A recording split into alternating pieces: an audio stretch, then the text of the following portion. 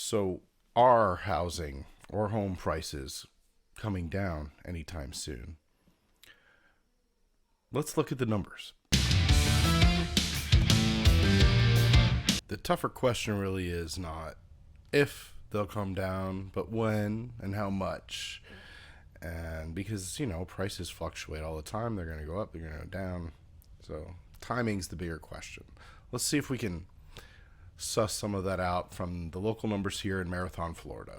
So here are the local numbers. I'm going to focus mostly in this column, which is the Keys wide, but the Marathon numbers are also here.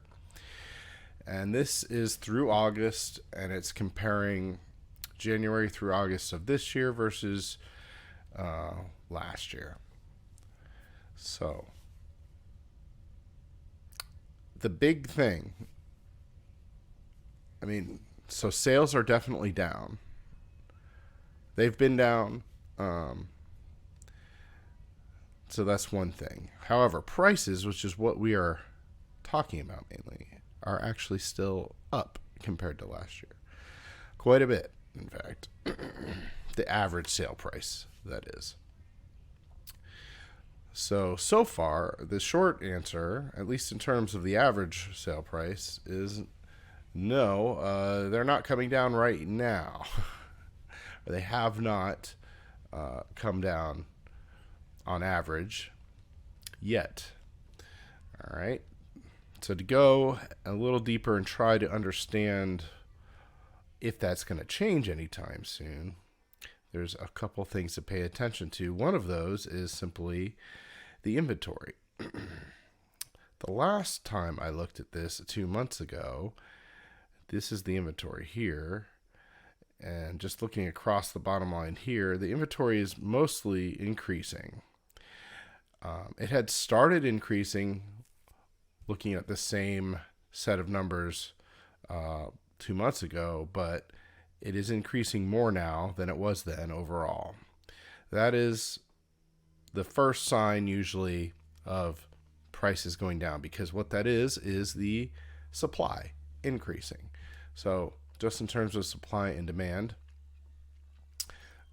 when the prices get high on something, usually that means the demand's going to go down and the supply is going to start to increase, and eventually that leads to the price having to come down, unless something else happens along the way to get in the way of that, of course. But that is the basic relationship. So the question then is, obviously the supply is going up, so what's happening to demand is the bigger question. And obviously the sales are down.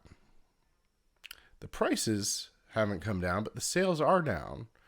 So it looks very much like the supply is up, the demand is coming down. So that should mean that the next step would be, unless something changes with demand, which I'm going to get to in a second, then the prices should start coming down. So how do we look at what's coming in demand? Well, the way we look at that is the pendings. 2 months ago, these numbers were very different, I believe. But regardless of that, right now, the pendings are way down. In fact, they're down. If you compare just even overall, the overall number is for currently we have 244 pending transactions. And last year at the same point, we had 376. So they had already started coming down last year at one point, because in 2020 it was 571, and then 355 and 345, 380. It was kind of steady. We are down below, in terms of pending transactions for this time of year, somewhere beyond 5 years in the past. We're lower than 5 years ago. This tells me, assuming this stays here and we don't all of a sudden have a ton of things go pending, that definitely the sales are going to continue to decrease overall, which means demand is continuing to fall, which means prices and ultimately the average sales price as a result should start to slip.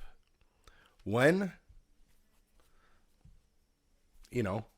we should really be able to start to see this in my mind, or at least even if the average sales price is still up, it should be up by less by the end of the year, if not actually coming down. I don't know how dramatic it would be, but you should see the impact of this unless something else changes along the way, which I will keep looking at in the future. So we will keep tabs on this, or I will keep tabs on this and make more videos, and we'll watch what happens. If something changes or something unexpected happens, we'll see if we can figure out why. But if you enjoy this video and content like this, please like this video, subscribe to the channel, and you can take this concept with any, really with any industry. If you have the supply and demand numbers, basically, you can look at that and see kind of where things are probably going and then watch it.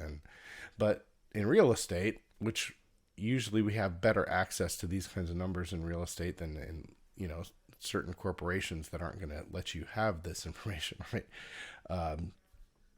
You can track this much more easily and see what happens in different markets, because there will be variations in different markets depending on the different forces at play in those different markets. So have a great day. Until next video. Bye.